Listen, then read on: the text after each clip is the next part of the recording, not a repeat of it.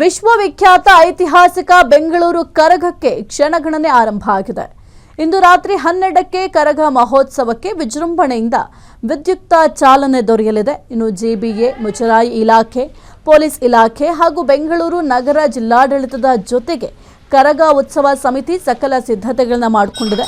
CM, DCM ಕೂಡ ಕರಗದಲ್ಲಿ ಭಾಗಿಯಾಗುವ ಸಾಧ್ಯತೆ ಇದೆ. 15 ಲಕ್ಷಕ್ಕೂ ಹೆಚ್ಚು ಭಕ್ತರು ಪಾಲ್ಗೊಳ್ಳುವ ಸಾಧ್ಯತೆ ಇದೆ. ಮೈಸೂರಿನ ಜನರಿಗೆ ಮೈಸೂರು ದಸರಾ ಹೇಗೋ ಬೆಂಗಳೂರಿನ ಜನರಿಗೆ ಬೆಂಗಳೂರು ಕರಗ ಕೂಡ ವರ್ಲ್ಡ್ ಫೇಮಸ್.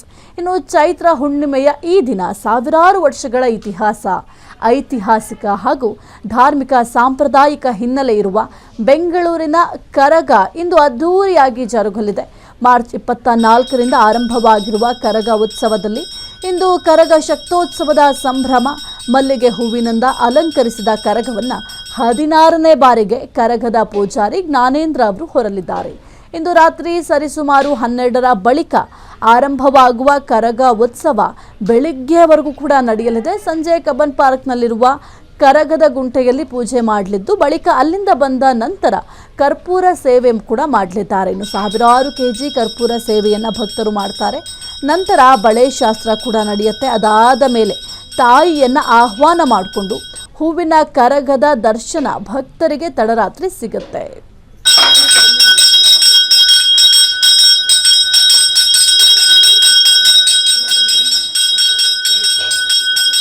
ಕ್ಷಣ ಕ್ಷಣದ ಸುದ್ದಿಗಳಿಗಾಗಿ ಫ್ರೀಡಂ ಟಿವಿ ಸಬ್ಸ್ಕ್ರೈಬ್ ಮಾಡಿ, ಲೈಕ್ ಮಾಡಿ ಹಾಗೂ ಫಾಲೋ ಮಾಡಿ. ಹೊಸ ಸುದ್ದಿಗಳ ನೋಟಿಫಿಕೇಶನ್ಗಾಗಿ ಬೆಲ್ ಐಕಾನ್ ಮೇಲೆ ಕ್ಲಿಕ್ ಮಾಡಿ.